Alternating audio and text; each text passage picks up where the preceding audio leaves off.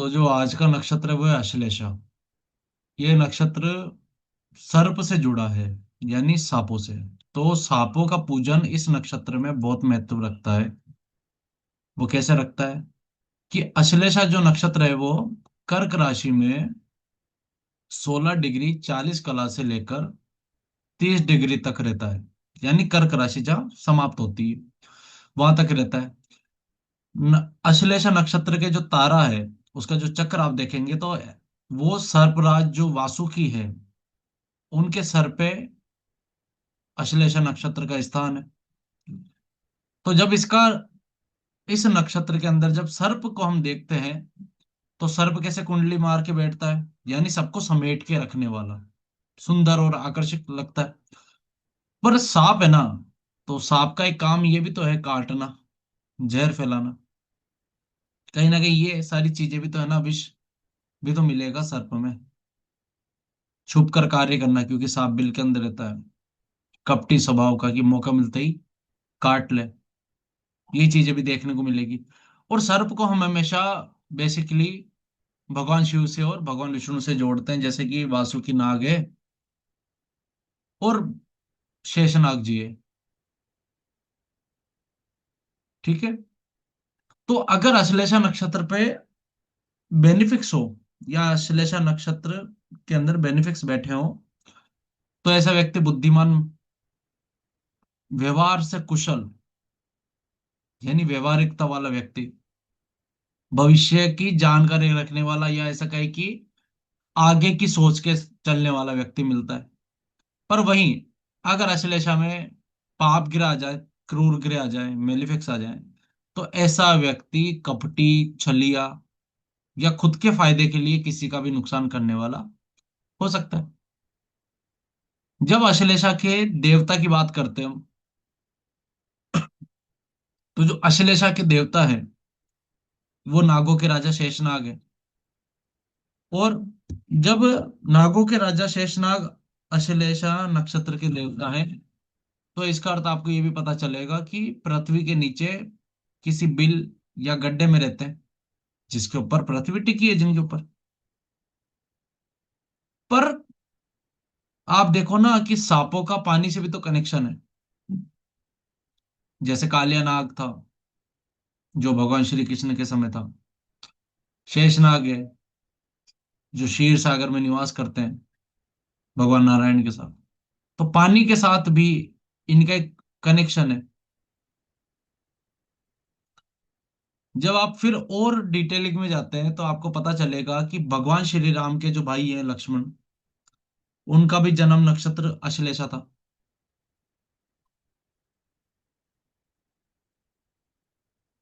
तो आप देखो, तो उनका जन्म नक्षत्र अश्लेषा होना क्या दिखाता है कि उनके अंदर क्रोध, उत्तेजना, या किसी चीज को बहुत जल्दी से करने की प्रकृति आपको मिलती है। पर ये प्रकृति तब कंट्रोल में आती है जब ऐसा व्यक्ति किसी के सामने समर्पित होता है।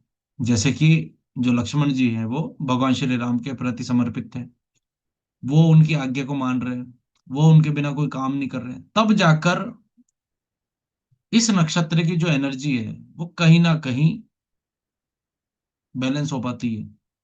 क्योंकि इसका जो नक्षत्रपति है वो बुध है। और बुध के खुद की प्लानिट की आप देखो ना, इसके जो नक्षत्रपति है वो कहीं ना कहीं इसी चीज को तो डिनोट करते हैं ना, कि बुध जिस प्लानिट के साथ बैठता है वो उसी के सिग्निफिकेशन ले लेता है। जब अपन बात करेंगे इसके स्वभाव की, तो आश्लेषा नक्षत्र की जो एनर्जी है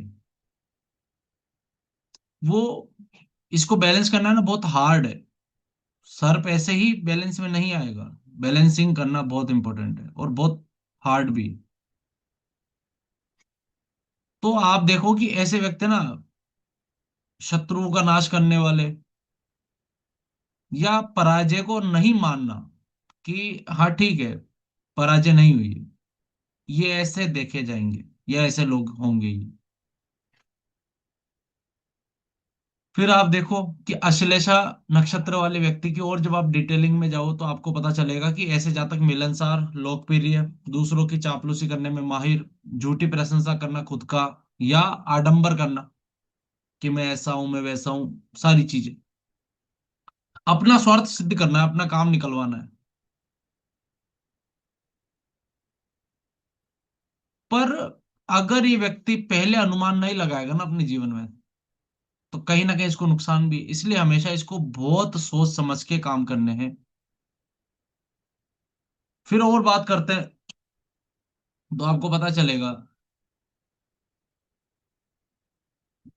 कि ऐसा व्यक्ति जिद्दी या अपनी बेइज्जती को कभी भूलने वाला नहीं है।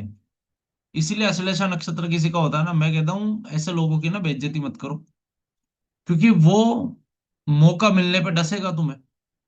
वो दिखाएगा तुम्हें कि तुमने उसको छेड़ा था। जैसे सांप को आप नहीं छेड़ते, वो अपने रास्ते जा रहा है, पर जैसे आप उसको छेड़ोगे, उसको ट्रबल करोगे, वो आपके जीवन में जब भी उसको मौका मिलेगा, वो आपको परेशानी खड़ी कर देगा। ठीक है। जब इसकी व्यवसाय की बात की जाए कि जब अश्लेषा है, सर्प से जुड़ा हुआ काम है, सर्प के अंदर विष होता है, तो कुछ व्यवसाय ऐसे है ना जो जहर बनाते हैं। वो व्यक्ति ऐसे काम कर सकता है जहां जहर बनाया जाता हो, जहां शराब बनाई जाती हो, या ऐसी दवाएं जो कीटनाशक हो, क्योंकि वो भी तो कहीं ना कहीं जहर है ना कीटों के लिए। या पेट्रोलियम, केमिकल फैक्ट्रीज, या केमिकल बनाने वाले की दुकान भी आप कंसिडर कर सकते हो। या बीड़ी, सिगरेट, तंबाकू, क्योंकि ये कहीं ना कहीं जहर है। शराब भी एक जहर है, तो आप ऐसी चीजें भी कर सकते हो। या जो गांजा है ना, और भी क्या होता है नशे के अंदर, सारे नशीले पदार्थ आप इसमें कंसिडर कर लो। ठगी, कुटिल, जिसको कहते हैं ना, एक होता है चालाक, मैं कहता हूँ कुटिल। कुटिल यानी मुंह पे शहद रख के अपनी बात को मनवाना, प्रपंची जिसे आप कह सकते हो। या आडंबर करके लोगों के सामने अपनी एक नकली इमेज बना के रखना कि मैं ऐसा हूं, और मौका मिलने पे अपना फायदा सिद्ध कर लेना। घोटाले करने वाला,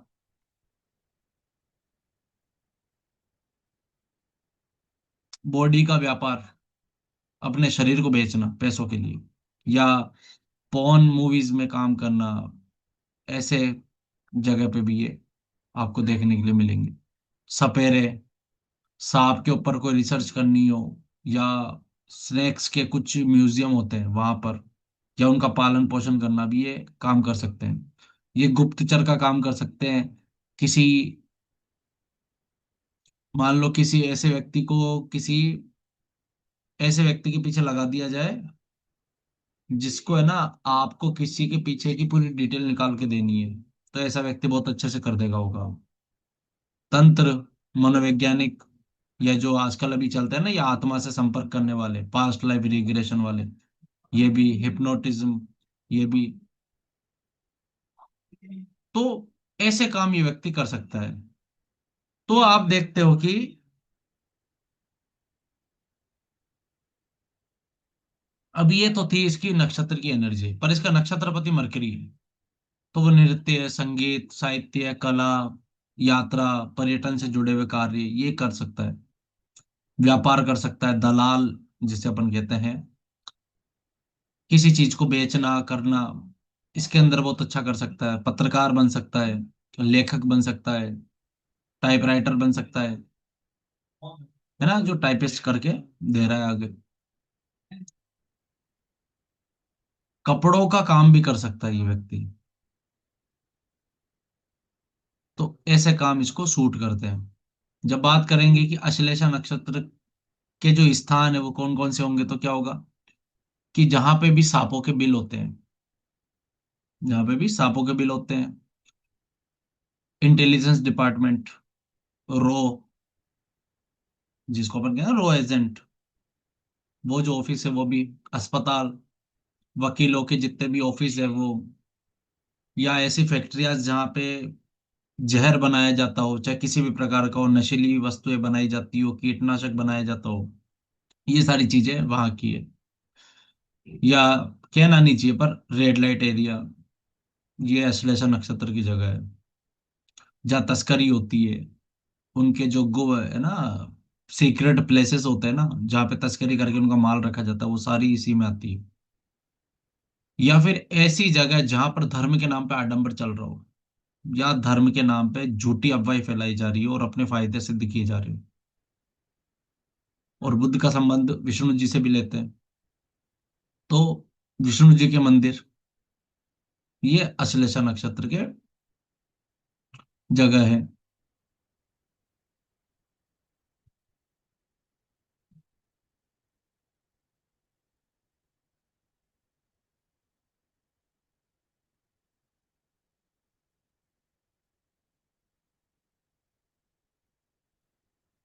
अब अश्लेषा नक्षत्र जब भी हो, तो क्या कार्य आप कर सकते हैं जो बहुत अच्छे से सफल होंगे। तो ऐसे कार्य जो बिल्कुल प्रपंची, क्रूर, यानी खुद के फायदे के लिए किए जा रहे हो, पर सामने वाले से को नुकसान भी हो सकता है, तो ऐसे सारे कार्य आप चंद्रमा का गोचर जब भी अश्लेषा में हो तो ऐसे काम शुरू कर सकते हो, सिद्ध हो जाता है ऐसे काम।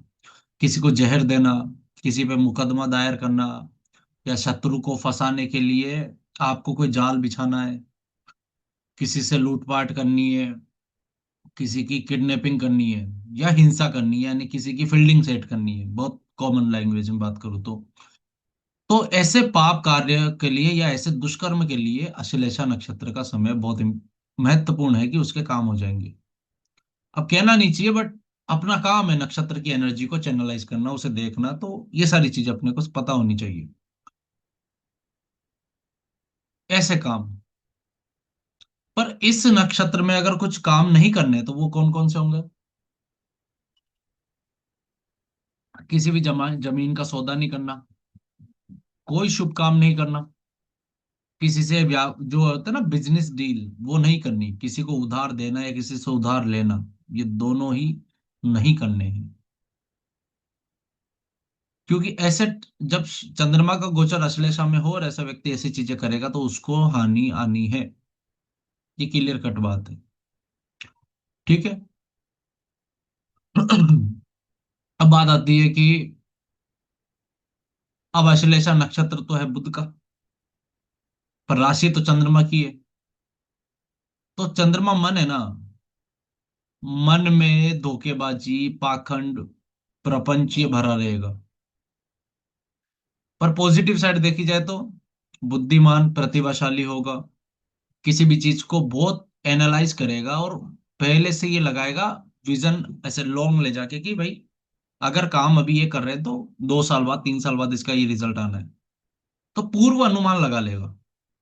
क्यों लगाएगा? क्योंकि अपने स्वार्थ को देख रहा है ना पहले, कि मुझे यहां से क्या निकल के आना है, मुझे यहां से क्या आने वाला है, मेरा क्या फायदा निकल के आने वाला है।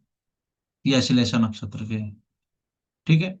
अब जब बात करते हैं कि अश्लेषा नक्षत्र अगर पाप पीड़ित हो, या कोई सपोर्टिव प्लैनेट नहीं हो अश्लेषा में,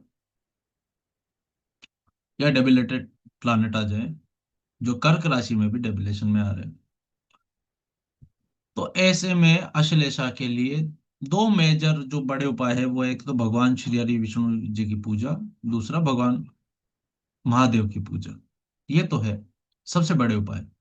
पर अगर आप एक छोटे उपाय में भी माने तो सांपों की पूजा, जैसे नाग पंचमी आती है, तो ऐसे में सांपों को दूध पिलाना, सांपों की पूजा करना, या जैसे जो भी अवतार जो भी सर्प से रिलेटेड है, जैसे गोगा जी है, तेजा जी हैं, लक्ष्मण जी हैं, और ऐसे देखे तो बलराम जी हैं, बाबा रामदेव जी के बड़े भाई वीरम देव जी हैं, ये जितने भी अवतार हैं कहीं ना कहीं ये शेषनाग जी के अवतार है, तो इनकी पूजा भी यहाँ पे कंसीडर की जा सकती है। जब मंत्र की बात करेंगे अश्लेषा के लिए, तो ओम नमः शिवाय, या अश्लेषा का बीज मंत्र है ओम गम, है ना, ये बीज मंत्र है। तो ऐसे व्यक्ति को ये मंत्रों का जाप करना चाहिए। उसके बाद में आते हैं कि गाढ़े रंग के कपड़े व्यक्ति को पहनने हैं। ठीक है। पर अगर मान लो नहीं पहनने, मान लो पसंद नहीं है ऐसे कपड़े, तो सात्विक रंग पहने। सफेद है, आसमानी है, लाइट ऑरेंज है, हल्का पीला, ऐसे में ये काम आप करो और ऐसे कपड़े पहनो। ये आपका आश्लेषा नक्षत्र है।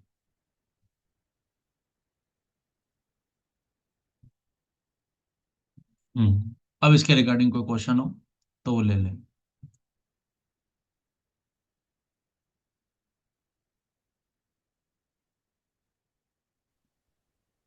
सर जी, हाँ जी। गुरु अगर कर्क में है सर, तो किसी भी नक्षत्र में है सर, वो उच्च माना जाएगा, या कोई पर्टिकुलर नक्षत्र है सर उसका? देखो उच्च का प्लानेट, देखो फिर आप देखो फिर यहाँ पे जो कंफ्यूजिंग स्थिति है ना वो ऐसे बनेगी, आप समझो बात को। उच्च का प्लानेट है, ठीक है, जी और अब जी वो जी। डिग्री से वृद्ध हो गया या डिग्री से बाल्यकाल में आ गया, हाँ जी सर। तो वो परिणाम पूर्ण रूप से नहीं दे पाएगा ना, ऐसा उच्च का प्लानेट भी क्या करेगा। इसीलिए मैं हमेशा क्यों कहता हूँ कि 10 डिग्री के बाद और 17-18 डिग्री तक कोई भी प्लानेट आपको अच्छा रिजल्ट देता है। और यहाँ पे कौन सा नक्षत्र आएगा फिर ज्यादा उससे। डिग्री अश्लेषा आएगा सर। अश्लेषा तो कहाँ से है बताओ। अभी बताया हूँ जस्ट मैंने 16:40 से बताया था मैंने। हाँ सर, पर सोलह वो दस चालीस से 30 डिग्री तक। पर वो 10 डिग्री के बाद में मैच्योर होना शुरू हो जाएगा, तो पुष्य जी नक्षत्र में भी आ जाएगा वो। कल पढ़ा था ना पुष्य। जी सर। तो वो पुष्य में आएगा तो पुष्य नक्षत्र का देवता कौन है। शनि। नहीं, देवता। शनि का नक्षत्र है, देवता गुरु। तो यानी वो बेहतर परिणाम कहाँ देगा। उससे भी। यहाँ ऐसे देखा जाएगा। पर अश्लेषा में भी वो रिजल्ट दे देगा आपको 20 डिग्री तक, मोटे तौर पे। 20 ही डिग्री है सर। हाँ 20 डिग्री ही है सर। बस, तो वो उच्च के परिणाम दे देगा आपको। बस रेट्रो है सर प्रॉब्लम। रेट्रो प्लानिट की क्लासेस हुई थी अभी। जी। रेट्रो प्लैनेट्स के उपाय अलग होते हैं। हाँ जी। और किसी के क्वेश्चन।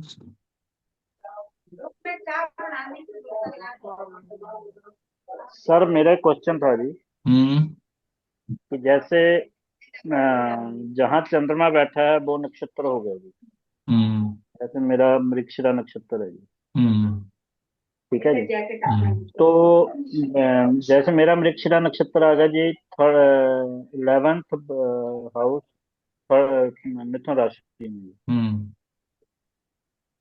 ठीक है जी। तो तो क्या वहां पे मंगल भी काम करेगा जी फिर?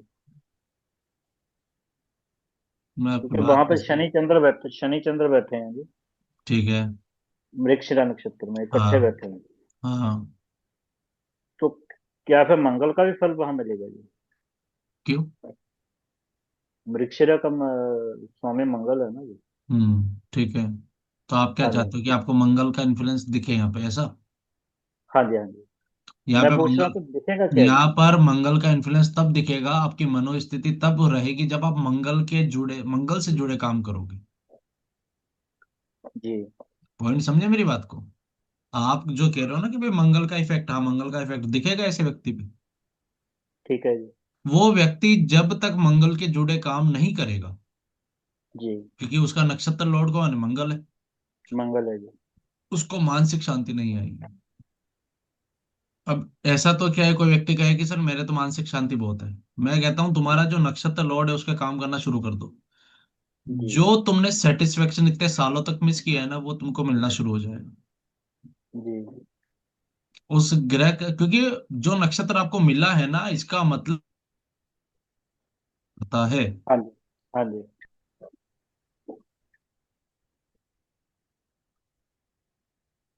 आ गया। दिख रहा हूं मैं। नहीं सर। हाँ जी, अब देख लेंगे। ठीक है। हाँ तो मैं कह रहा हूँ कि जो नक्षत्र आपको मिलता है ना वो आपकी मनोदशा पर पूर्ण रूप से प्रभाव डालता है। जी। ये मैंने पहली क्लास में इसलिए भी कहा था क्योंकि चंद्रमा जिस नक्षत्र में होता है उस ग्रह की महादशा आपको मिलती है। आपकी पहली महादशा किसकी थी। मेरी पहली महादशा केतु की है थोड़ी सी। हम्म। केतु की है जी। सबसे बर्थ महादशा। 6 7 मंगल की है फिर। फिर आप तो कॉन्सेप्ट ही भूल गए। हाँ जी। चंद्रमा जिस नक्षत्र में होता है, मेरी बात जी को वापस समझना कि महादशा कैसे मिलती है किसी भी प्लानेट की। जी चंद्रमा जिस नक्षत्र में होता है और उस समय आपका जन्म हो जाता है, जी तो उस नक्षत्र का जो नक्षत्रपति है उसकी जी महादशा आपको मिलती है। मान लो किसी व्यक्ति का जन्म विशाखा में हुआ, बहुत कॉन्सेप्ट सिंपल सा, उसका जी। नक्षत्रपति कौन हुआ?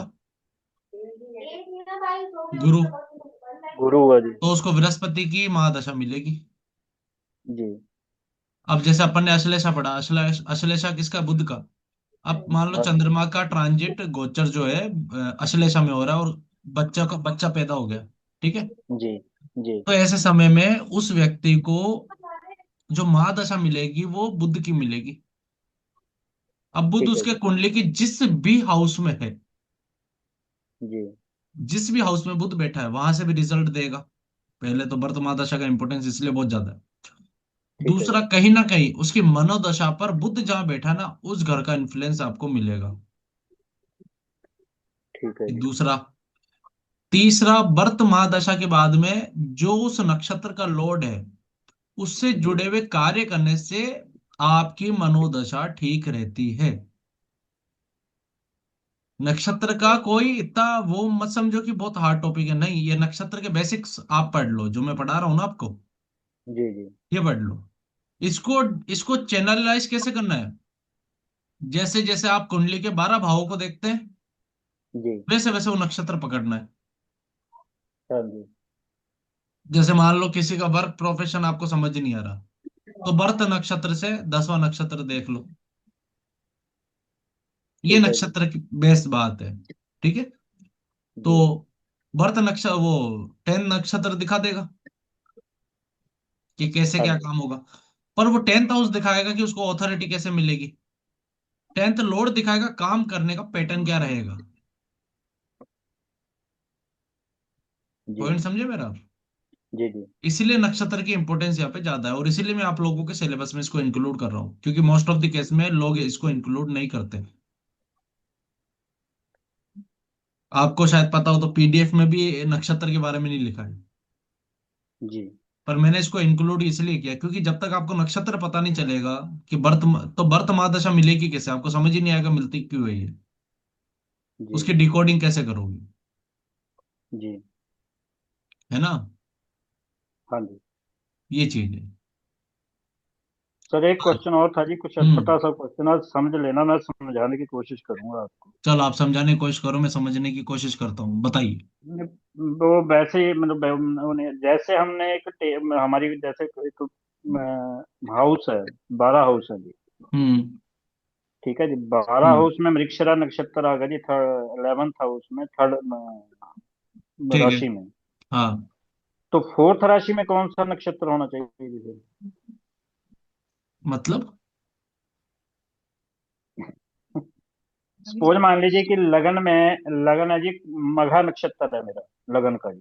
हम्म। ठीक है जी। हम्म। लगन में फर्स्ट हाउस हो गया ना जी। हाँ, लगन पहला घर है, ठीक है। हाँ जी, तो सेकंड हाउस हुआ जी फिर, तो सेकंड हाउस में कौन सा नक्षत्र होना चाहिए जी? चलो डिटेल बताओ। जैसे मेरा सेकंड, अभी मैं बताता हूँ डिटेल ना कि डिटेल बताओ, इन्होंने, चार्ट पे लेके चलते हैं आपको। मैं सर अभी आपको इसकी डिटेल ही भेज देता हूँ, एक मिनट। किसकी है? सर आप, वैसे ही मैंने भी ये समझने में मेरा मतलब बहुत दिमाग देर से ना जी जो चल रहा है मेरे दिमाग में, कि मैं सर से पूछूंगा कि ये कैसे है जी। मैं आपको कहता हूँ जो करो। जी एक सेकंड रुको।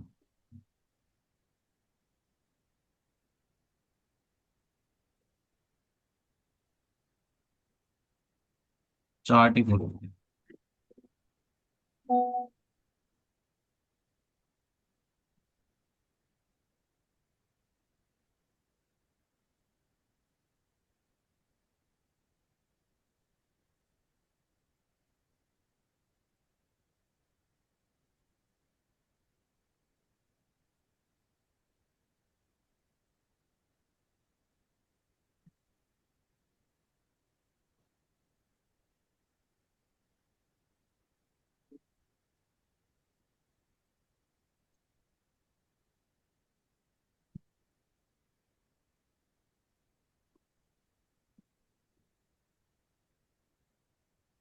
सर क्वेश्चन क्या है, मेरे समझ में ही नहीं आया। पहले ही समझ नहीं आता, अभी तो चार्ट खोल दिया मैंने सीधा, लो।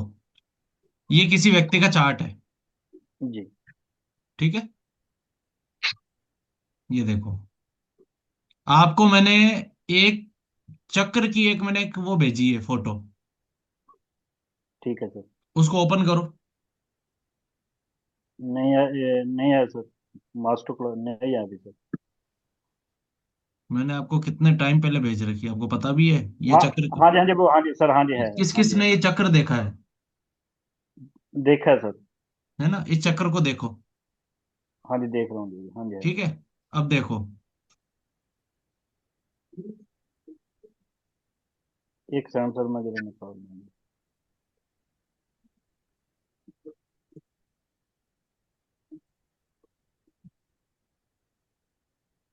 यहाँ भेजा था आपने ये।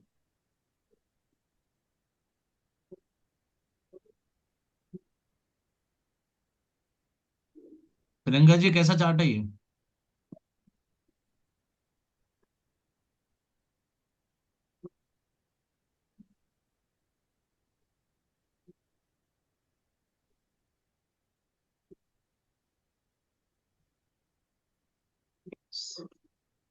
हम्म। ठीक से दिख नहीं रहा, ये बहुत छोटा हो गया मेरे से। ये लो। हाँ visible।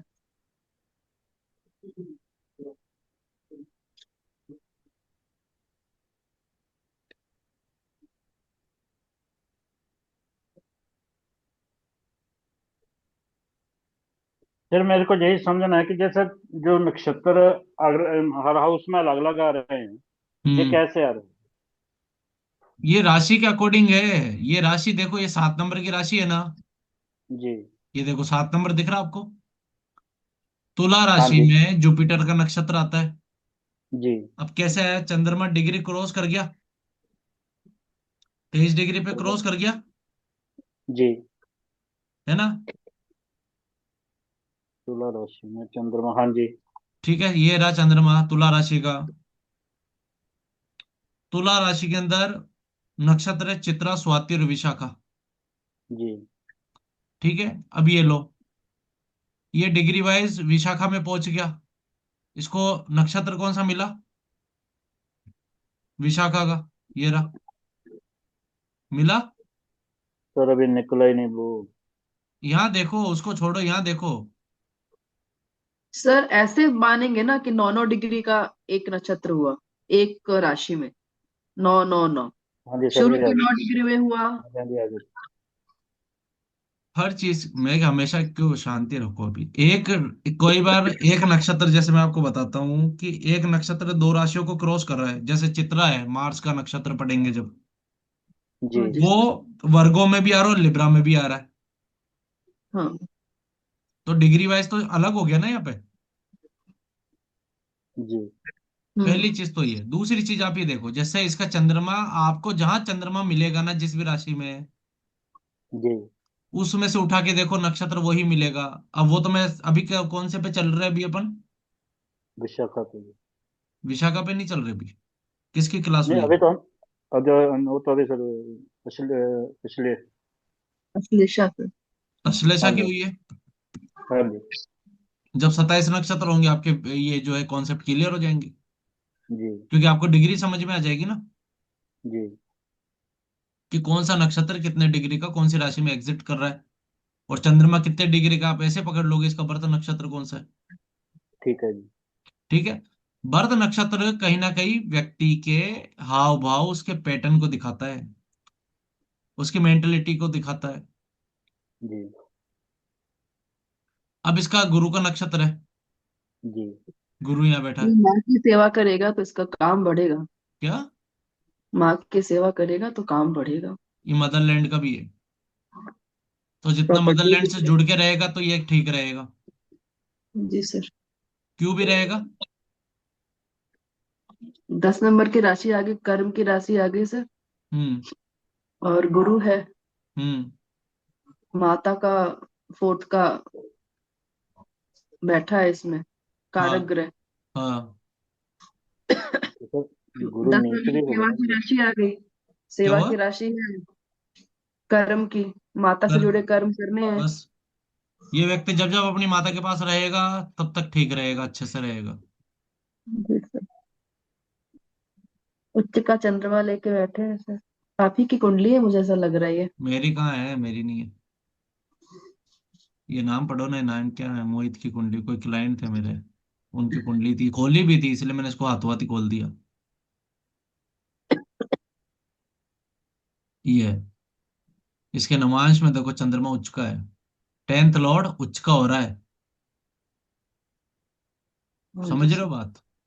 हाँ। अब उच्च का कहाँ हो रहा है, नवांश के 8वें घर में उच्च का हो रहा है। हाँ। तो व्यक्ति 8वें घर से जुड़े कर्म करेगा तो राइज करेगा। हाँ। है। हाँ जी सर। फिर। इंजीनियर बनेगा ये। है। इंजीनियर बनेगा। इंजीनियर बने, इंजीनियर के लिए फिर इसका वो देखो ना, मरकरी का। तंत्र मंत्र की वो भी शिक्षा होती है। हाँ सर ये बस। जो भी ऑर्गेनाइजेशन वाली जो क्लासेस होती है सब तंत्र ही तो है। कौन सी? सर जो ये तंत्र विज्ञान होते हैं सब क्या है, तंत्र ही तो है, वो भी तो तंत्र ही पढ़ाते हैं। हाँ तो वो यंत्र और तंत्र वही तो है। हाँ जी सर, साइंस के जितने भी सर। साइंस की जितनी भी क्लास है। जी सर। हम्म। हुआ कॉन्सेप्ट क्लियर? राशियों जी के अंदर नक्षत्र है। ठीक है। जी जब जब आप जी। डिग्री डिग्री देखते जाओगे तो आपके वो नक्षत्र चेंज होते जाएंगे। एक ही राशि में 2 नक्षत्र 3 नक्षत्र आ रहे हैं। ठीक है पॉइंट सर। समझ आया? ऐसे मानेंगे ना जी सर कि आकाश में तारे ऐसे बिखरे हुए हैं, और हमारे प्लेनेट जैसे जैसे डिग्री से बढ़ते जा रहे हैं, जिस जिस डिग्री पे जिस जिस नक्षत्र को क्रॉस कर रहे हैं वो नक्षत्र होता जा रहा चंद्रमा जिस नक्षत्र को ऐसे क्रॉस करता जा रहा है ना, घूमते है। हाँ घूमते, जी सर। वो जिस डिग्री पे उस नक्षत्र को टच किया, वो वो डिग्री हमें उसका बर्थ वो नक्षत्र है। नक्षत्र वो मिल गया हमें। और बर्थ नक्षत्र बहुत इंपॉर्टेंट है, उसको हमेशा कैरी करना पड़ेगा, जैसे आप अपनी बॉडी को कैरी करते हैं, आप अपने परिवार को कैरी करते हैं। बर्थ नक्षत्र से जुड़े काम करना बहुत अच्छा माना जाता है उस व्यक्ति के लिए, क्योंकि उसका मन बहुत प्रसन्न होता है, क्योंकि चंद्रमा उस नक्षत्र में होता है उस समय। सर चित्रा वाले कैसे करेंगे सर? चित्रा की क्लास आने दो। अभी बताया ना। कौन सी राशि में चित्रा? तुला राशि। तुला राशि। अभी कौन सी राशि है? अश्लेषा। नहीं, राशि कौन सी राशि। चल रही, कर्क। कर्क। अभी तो सिंह बाकी है, कन्या बाकी है। हाँ जी। धीरे धीरे सब्र करो। हाँ सबको जी। पता नहीं, जल्दी जल्दी सीखना है। जल्दी जल्दी कुछ नहीं होता, परिवर्तन धीरे धीरे होता है। जी सर। और सर वो जो अ, आपने वो पीडीएफ सर शेयर किया था एक, भृगु हम्म। पराशर। हम्म। सर उसमें वो जो मैथ्स वाले पार्ट्स हैं वो डिवाइड करके ये जोड़ो वो जोड़ो, सर वो सब भी पढ़ना है क्या अपने को? नहीं, अपने को वो नहीं पढ़ना, अपने को सॉफ्टवेयर मिल गए ना, फिर टेक्नोलॉजी का क्या यूज किया आपने? हाँ वही तो सर, अब तो उनको सर हमें नहीं ना वो बर्थ कुछ नहीं। सर्टिफिकेशन वगैरह जो ना है ना सर। ना, अभी कुछ नहीं करना। अपने को तो सिर्फ प्लैनेट्स के बारे में पढ़ना है, हाउसेस पढ़ने हैं, वो पढ़ने, डिस्पोजिटर कौन है, कहाँ जा रहा है, कैसे क्या काम कर रहा है, बस वही पढ़ना है। सर उसमें आपने 100 पेज वाला ही शेयर किया, वो खत्म हो गया मेरा। 100 पेज पढ़ भी लिए? हाँ सर। ठीक है, और भेज देंगे। अभी उसमें सर स्टार्ट ही नहीं हुआ है, अभी बस वो यही सब बता रहे हैं अभी वो। क्या? कौन सी राशि में कौन सा ग्रह उच्च का है नीच का है, कितने भागों में बांटेंगे, नवमांश कैसे बनाएंगे, यही सब अभी बता रहे हैं वो। सॉफ्टवेयर सब बना के देता है। हाँ तो इसलिए सर मैंने वो सब वाले पार्ट्स को छोड़ दिया सर, जो जो अभी वो मेरे छोड़ पढ़ने दो, में। नमाज पे जब आएंगे, नमाज का एक चार्ट मैं आप लोगों को दे दूंगा। उस चार्ट के अकॉर्डिंग आपको पता चल जाएगा कि जो नवांश है वो सही बना है कि नहीं बना। सर मुझे एक बात पूछनी है आपसे। हम्म। सर नवमांश में जब मेरा राशि तुल्य नवमांश बनाते हैं ना, तो मेरा केतु जो है 3 नंबर की राशि में आता है। तो ठीक है। सर केतु तो नीच का हो गया मेरा वहां पर। लगन में ठीक है है। बट नीच का हो गया ना। ठीक है। तो तो तो सर मैं ज्योतिष पढ़ रही हूँ सर, ये मुझे कभी फलेगा सर? मुझे ऐसा लगता है कि मतलब केतु अपने अच्छे फल देगा मुझे यहाँ पर। केतु से अच्छे फल चाहिए क्यों है तुम्हें? मतलब सर जो विद्या ले रहे हैं वो अच्छे से आनी चाहिए सर, उससे हम अर्न कर पाए अब ना कर तुम्हारे पाए राशि मुझे तुल्य क्या। नवांशा में केतु कहाँ है? लगन में। लगन में ठीक सर। है। जी सर। तो तुमको अपने आप को खोजने के लिए पढ़ना पड़ेगा। अपने इंटेलिजेंस के लिए वो बढ़ाने के लिए तुमको पढ़ना पड़ेगा। 159 क्या है? व्यक्तित्व निर्माण है ना पहला कर। जी सर। अपने आप को खोजना है ना पहला कर। खोज है ना खुद की। हम्म। खुद को कहाँ मिलोगी? तो सर उससे मेरी पढ़ाई पे कुछ इम्पैक्ट नहीं आ रहा ना? पढ़ाई पे? हाँ सर, जैसे ये जो कर रही हूँ सर मैं, उससे कुछ नहीं आ रहा। क्योंकि सर उसमें अष्टम में शनि और शुक्र साथ में आ गए हैं सर। किस में? नौमांश में, आठवें बढ़िया घर है में। ना। कर्म का कारक। पांचवें और नौवें का लॉर्ड एक साथ आ गया सर। हाँ तो तुम्हारी इंटेलिजेंस और भाग्य के लिए आ गया ना। बताओ। लेकिन केतु सर वो हो गया है। क्या डेबिलेशन में? 3 तो तुम नंबर के। तो तुम केतु के अच्छे काम में बाय डिफॉल्ट तुम क्या कर रही हो? भाई पहला घर क्या है ये बताओ। मैं कहता हूँ ना लगन बहुत कुछ है, सब कुछ है। कुंडली का हम्म। राजा होता है लगन। वो राजगद्दी वहां पे केतु आके बैठ गया। लगन का मालिक कहाँ है? बुध सर। हम्म। 11वें में। 11वें घर मतलब में। नवमांश में 11वें घर में है, बट राशि तुल्य मनाएंगे तो 8, 6 में, छठे में है सर शायद। सेवा के घर में। सेवा के। तो बस इस विद्या से क्या कर रहे हो कोई? लोगों की सेवा। हो गया तुम्हारा लगन बैलेंस। छठा घर सेवा है ना। हाँ छठा जी घर सर। कंसल्टेंसी है। फिर नवांश को देखने के कई सारे कॉन्सेप्ट हैं। तुम जैसे देखोगी वैसा दिखेगा। इसलिए मैं कहता हूँ नवांश पे मत कूदो अभी कुछ भी। उसके लेक्चर बाकी हैं। पहले से ही अभी से करने लग जाओगे तो हालत खराब हो जाएगी ना, उल्टे सीधे चीजें सोच सोच के। हुआ। क्यों रोकता हूं मैं अभी? कि अभी कुछ नहीं करना। अभी जितना कर रहे हैं, जो पढ़ रहे हैं, पहले उनको रिवाइज करो, उनको उसको देखो जितना सीखा है अभी तक।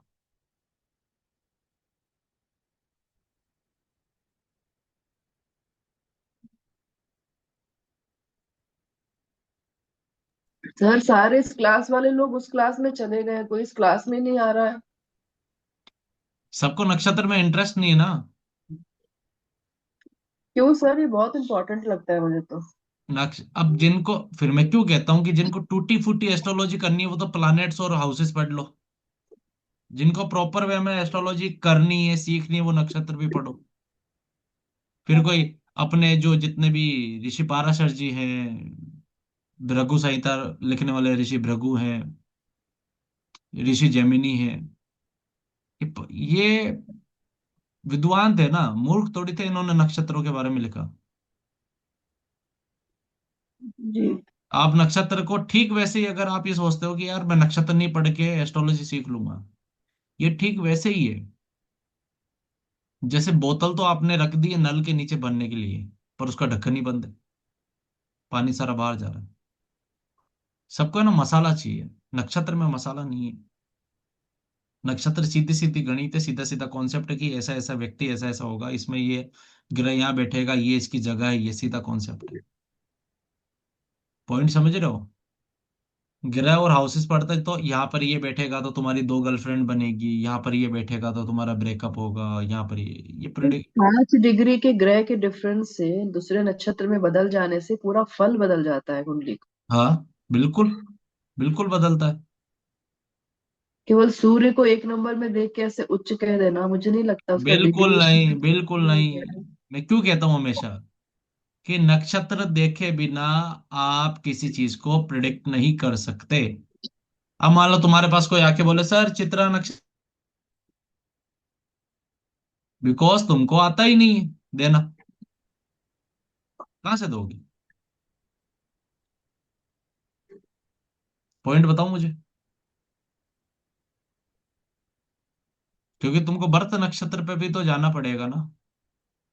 जी सर। कोई व्यक्ति बिल्कुल टूटा हुआ आया, हारा हुआ आया, उसका मन कहीं नहीं लग रहा, तो सोचो ना उसका बर्थ नक्षत्र कितना इंपॉर्टेंट है यहाँ पे, कि वो अपने बर्थ नक्षत्र से जुड़े काम करे या अपने बर्थ नक्षत्र से जुड़ी हुई चीजों के पास जाके बैठना शुरू करे या उनका यूज करे। तो तुम्हें नहीं लगता उसकी मनोदशा ठीक होने लगेगी? सर ये हिडन होता है ये टैलेंट नक्षत्र का, अपने को पता नहीं चलता है, बट अगर ध्यान से सोचा जाए ना तो है अंदर। तो मैं तो कहता हूँ ना, अरे तुम्हारा बर्थ नक्षत्र तुम्हें बहुत कुछ बताता है ना, तो फिर क्यों आप नक्षत्र को ऐसे नेग्लेक्ट करते हो कि नहीं नहीं नहीं ये सही नहीं है? ये जो उधर गए ना, इधर के बैच वाले अभी उस क्लास में जो लाइव आ रहे हैं, हाँ जी सर। जब वो उसमें मैं पढ़ा रहा हूँ, वो जब नक्षत्र वाले पार्ट पे आएंगे फिर क्या होगा? हम्म। फिर वो फिर कहाँ जाएंगे? अब तुम्हारा तो रिवीजन हो जाएगा मान लो, फिर वो भटकेंगे। ये ऐसे होता है, इसलिए कहता हूँ हर हर चीज इंपॉर्टेंट है। जी सर, तो कल की क्लास बहुत अच्छी लगी थी सर, और सुकृति। शुक्र कि हाँ, आज बहुत और है। अच्छी। मेरे को तो लगता है आज भी समराइज नहीं हो पाएगा, एक क्लास और लगेगी, पर पता नहीं जी। देखते क्या होता है। ठीक है। हाँ जी सर, ठीक है। Okay, thank you so much आप सभी का आने का और आप सभी का जुड़ने की। राधे राधे। राधे राधे।